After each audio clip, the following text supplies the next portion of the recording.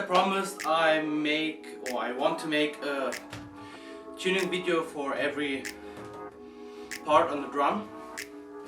The last time we made the snare tuning video, and today, like you can already see, we do the bass drum. So I have here my tools that I need and a brand new bass drum head. I think we should start with loosening the tension rods.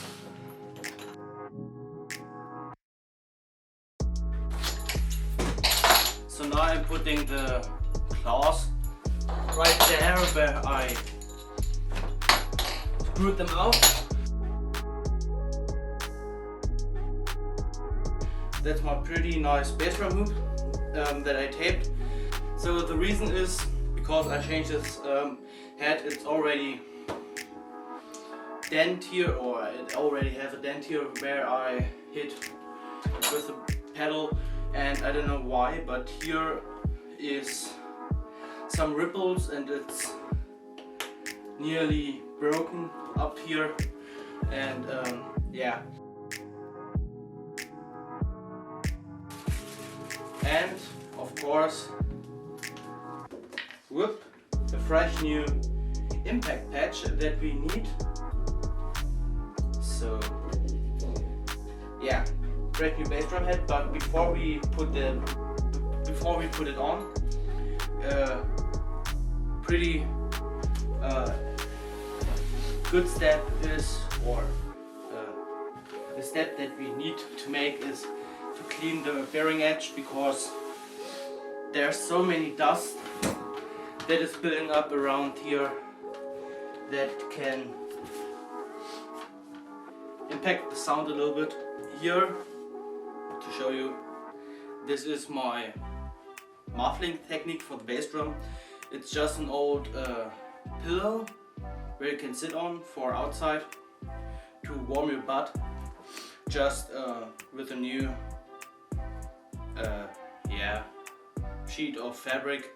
Before it was purple, I think, with some flowers, and I think black is fitting better to my preferences for the bass drum in general. So we cleaned the bearing edge, and now we can put on the new bass drum head, line up the logo from the Remo head with the SJC logo badge,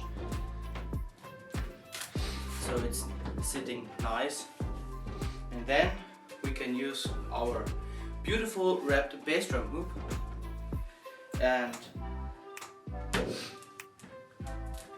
bring the downside right in one straight line to the logo. So we have our bass drum pedal mount right next to us here. Then we can put on the bass drum claws again.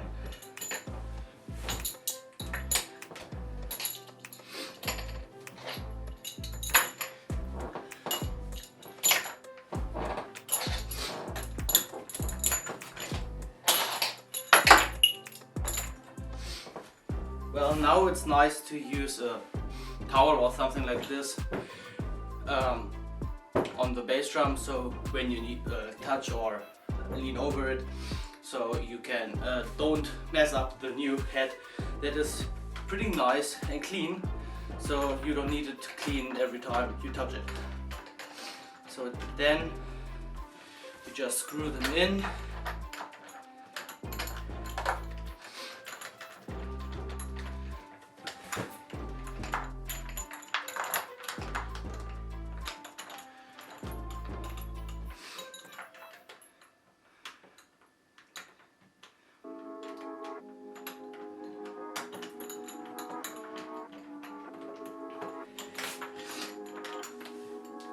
And now we just finna tighten them just in the cross pattern, like you saw in the snare drum tuning video. So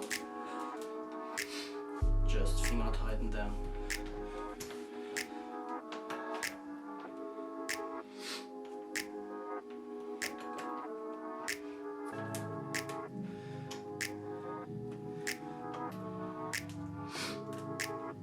So now It's my favorite part because we are gonna stretch the head a little bit. So that means right in the middle, and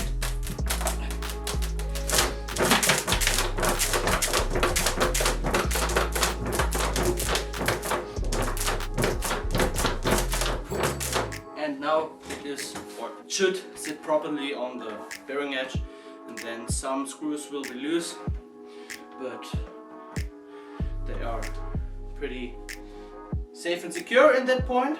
So now we use a drum key like you already have playing around, and then they are finger tight.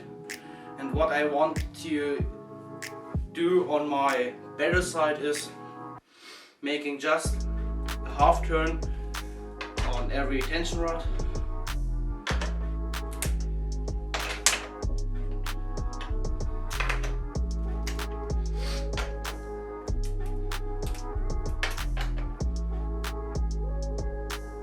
Okay, I lost my spot, so I will start over again.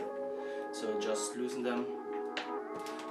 But it's a good example that when you lose your spot, you can already start from the beginning, and yeah, just loosening them all a little bit. The good thing is we don't need to stretch it anymore. So now they are all loose again, and we just start finger tighten them again. Because I start over again because we want to have an even tension on the drum, so it can resonate the best. Okay, now again I start with this one next to me. Bada bim, half turn, skip one, half turn,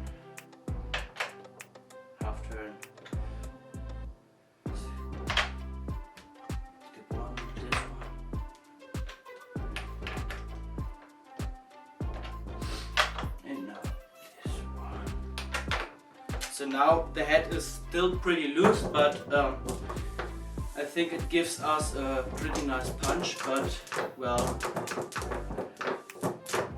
this side is a little bit loose.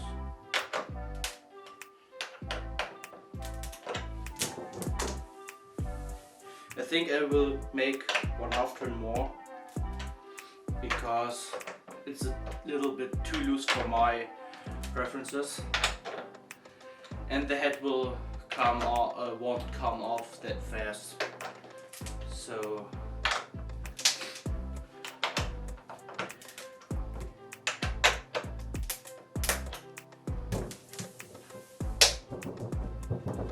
now you can see the head is pretty loose, but that's what we want for a pretty nice punchiness. So I will take a mallet, or however it's called, the mashing thing, and you will hear the punchiness.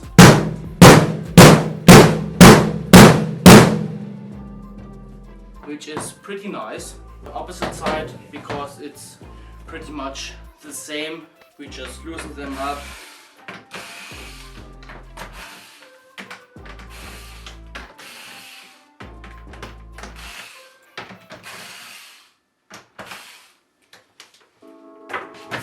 Here our Bassdrum hoop, our Bassdrum head. Okay, first of all we need to clean it. Nice and easy. So I have here next to me, I'm really proud of this, I have here Shure Beta 91A for my Bassdrum mic inside, and for this I have the Kelly Shoe shock mount that we will put inside here. So let's open it up.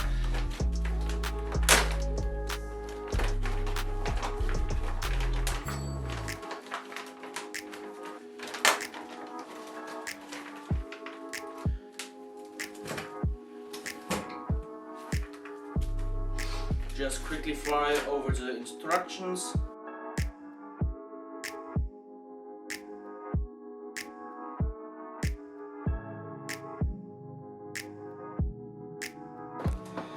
So now you can see I have installed the color shoe mount right here, and it's nice and secure and won't affect the mic in general. So my muffling thing on the floor, and we will put the mic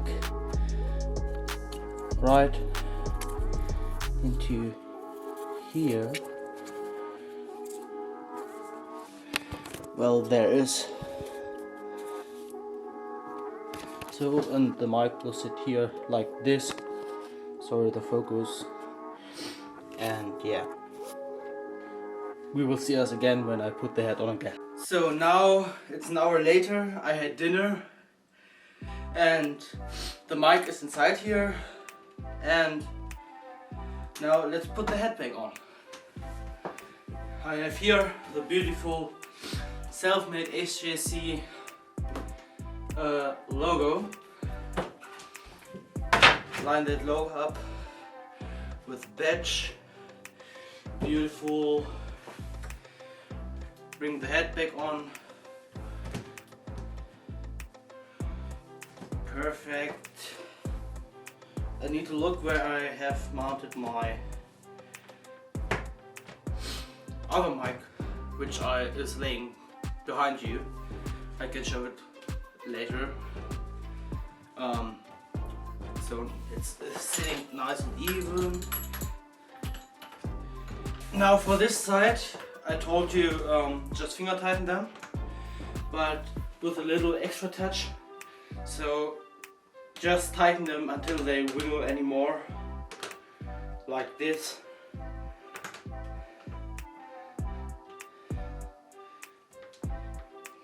You can also use your tuning key for this one.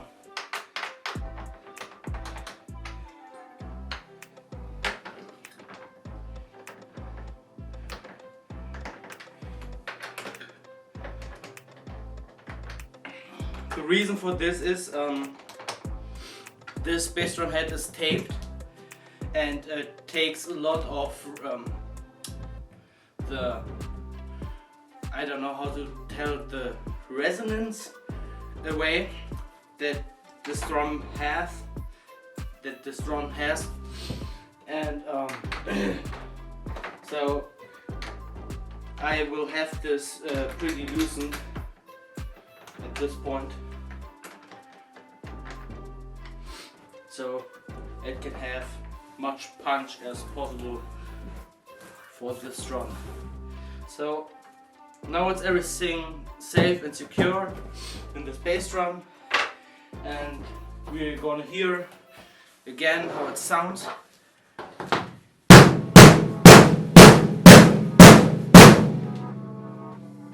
Well, there's one last thing.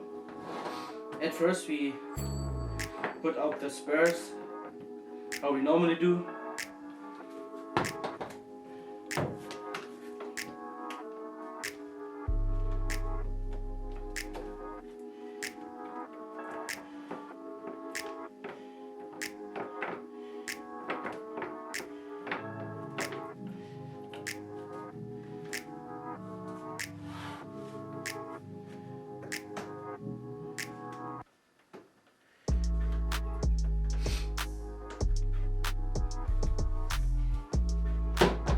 We are putting on the impact patch, as I told you.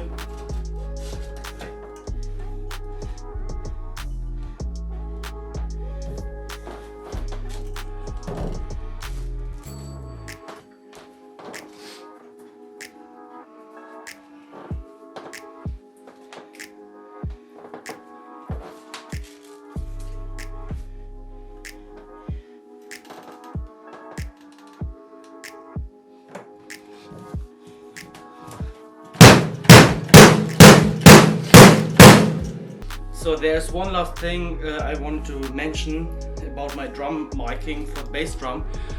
I'm using also a Beta 52A for my kick drum outside, and now I'm using the Beta 92A, 91 in my bass drum.